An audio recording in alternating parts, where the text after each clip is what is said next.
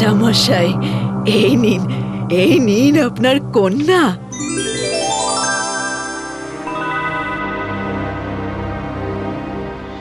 আমার কন্যা, রাজকন্যা।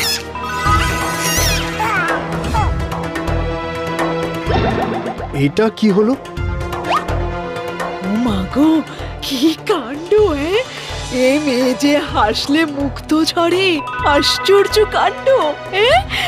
আমি আমি যাই, রানীমাকে খবরটা দিই, আমি যাই। সুবর্ণপুরে রাজা ও রানীর কোলে জন্ম নেয় অপরূপ সুন্দরী রাজকুমারী সুবর্ণরেখা। তার জন্মের পরই সবাই বুঝে যায় এ মেয়ে হাসলে মুক্ত ঝরে আর কাঁদলে ঝরে সোনা।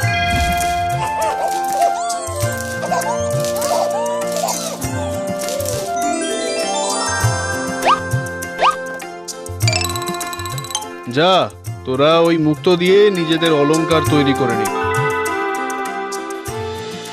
এই কন্যা আমার দেবতার আশীর্বাদ। দেখো রানী, আমাদের এই কন্যা যেন কোনোদিন কোনো কষ্ট না পায়। ক্রমশ বড় হয় রাজকন্যা, শুরু হয় তার বিদ্যা চর্চা, অস্ত্র চর্চা, শাস্ত্র চর্চা।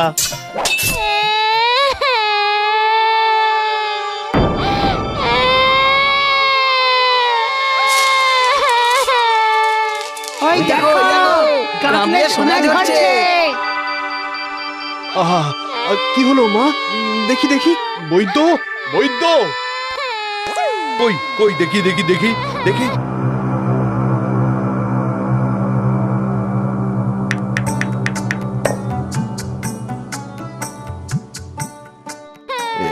এই তো, এই তো। আর লাগছে না তো মা? একটু জ্বালা করছে। মা, তোমার বিবাহের বয়স হয়েছে, তাই আমি আগামী শুক্লাপক্ষে তোমার স্বয়ম্বর সভা ডাকতে চাই। বেশ, তবে আমি তাকেই বিবাহ করব, যে আমার মতো নিখুঁত হবে। কি রূপে, কি গুণে! ঠিক ঠিক, নিখুঁত গুণসম্পন্ন পাত্রই হবে উপযুক্ত পাত্র।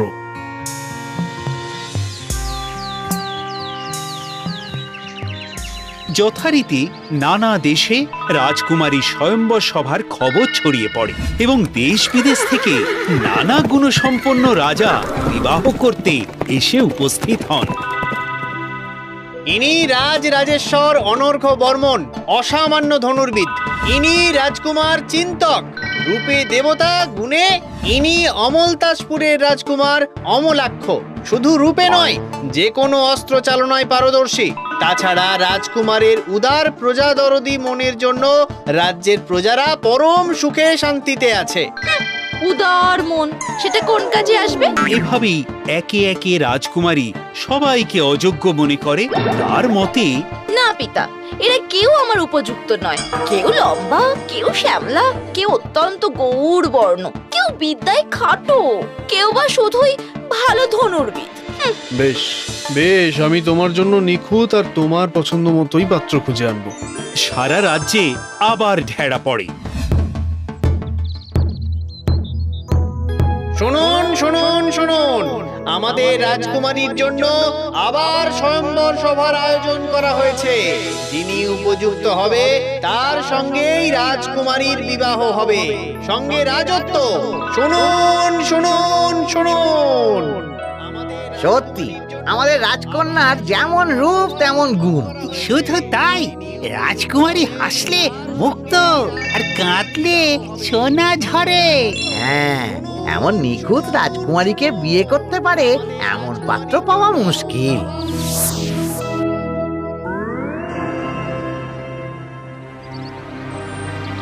কি চাই? আগে আমি রাজকুমারীর উপযুক্ত পাত্র। আমি রাজকুমারীকে বিয়ে করতে চাই।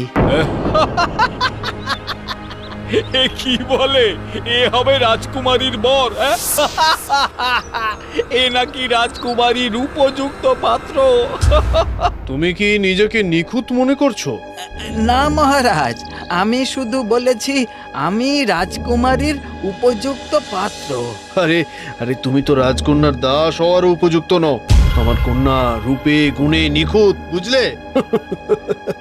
না মহারাজ, এই পৃথিবীতে কেউই নিখুঁত নয়। খবরদার, মুখ সামলে কথা বলো। আর আমার সামনে দাঁড়িয়ে এসব কথা বলতে তোমার ভয় করছে না? কেন মহারাজ, আপনি তো ঘোষণায় বলেছেন যে যে কেউ নির্ভয়ে আসতে পারে। হ্যাঁ, বেশ বেশ, বলো। আচ্ছা বেশ, রাজকন্যাকে একবার আমার সামনে আনুন, আমি দেখতে চাই তিনি নিখুঁত কিনা। ঠিক আছে, রাজকুমারীর দর্শন তোমাকে করাতে পারি। এই, কে আছিস? রাজকুমারীকে নিয়ে আয়। রাজকুমারী সভায় এসে দাঁড়ায়।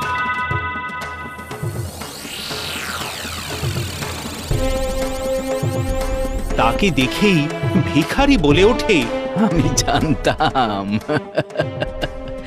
এই পৃথিবীতে কেউ নিখুঁত নয় মহারাজ। ওই দেখুন মহারাজ, রাজকন্যার ডান কানটা বাঁ কানের থেকে ছোট। ভিখারির কথা শুনে রাজকন্যা প্রচন্ড রেগে যায়। এসব কি বলছো তুমি? দেখুন মহারাজ, আমি যা দেখছি সেটাই বলছি। আমার কথা সত্যি কিনা মেপেই দেখুন। নাপিত, নাপিত, রাজকন্যার দুটো কান মাপা হোক।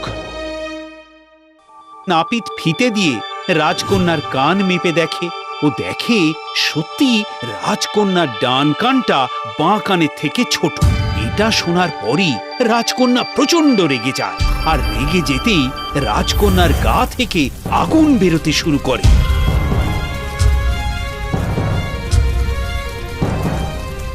ওরে বাবারে, ওরে বাবারে, কি তাপ! পুড়ে যাচ্ছি তো, ঝলসে যাচ্ছে শরীর। এই এই, কে আছিস? জল ঢাল, জল ঢাল, রাজকন্যার মাথায় জল ঢাল। ঠান্ডা কর, ঠান্ডা কর রাজকন্যাকে, নইলে রাজপ্রাসাদের সমস্ত কিছু পুড়ে ছারখার হয়ে যাবে। থামুন সবাই, থামুন, থামুন।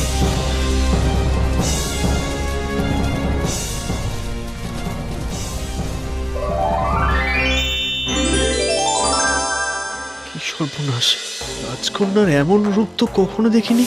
মহারাজ, আপনি রাজকন্যাকে সুখে রেখেছেন, তার হাসি কান্না আনন্দ দেখেছেন, রাগ তো দেখেননি।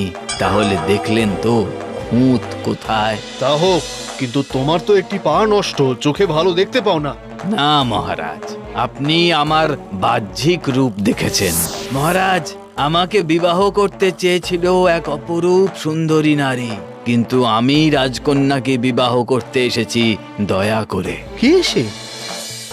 এই দেখুন তার ছবি, যেমন রূপবতী তেমনি গুণবতী। কই দেখি। বাহ, এ তো সত্যিই অপরূপা। কই কই, দেখি দেখি দেখি, কে এমন আছে যে আমার থেকে সুন্দরী?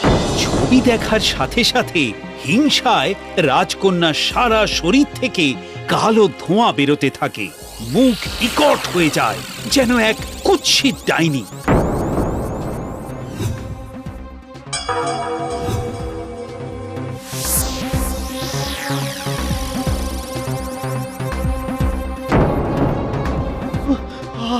রাজকুমারী, এ কি রূপ মা তোমার!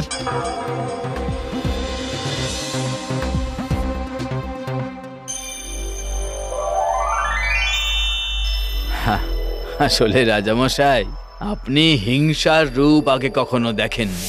হিংসায় এই রূপবতী রাজকন্যাই দানবী হয়ে যায়। আয়, কি দেখতাম আর কি দেখলাম! আমায় ক্ষমা করো, আমায় ক্ষমা করো, আমি আর কোনো রূপ দেখতে চাই না, কোনো রূপ দেখতে চাই না। আমি যে এরকম আমি তো নিজেই জানতাম না। বাইরের সৌন্দর্যে আমি দিনে দিনে অহংকারী হয়ে উঠেছিলাম, কিন্তু ভেতরে যে আমি এরকম আমি তো বুঝতেই পারিনি। হে অজানা পুরুষ, আমি আপনাকে চিনি না, তবু আমার আসল রূপ প্রকাশ্যে আনার জন্য আমি আপনাকে ধন্যবাদ জানাচ্ছি। না দেবী, আপনার সবই ভালো, কিন্তু আপনি আপনার অন্তর কখনো দেখতে পাননি। তাই আমি এসেছিলাম আপনাকে আপনার অন্তরের সাথে পরিচয় করাতে। আসলে প্রতিটা মানুষেরই কিছু না কিছু খুঁত থাকে। কিন্তু আপনি কে? আমি এক সন্ন্যাসী।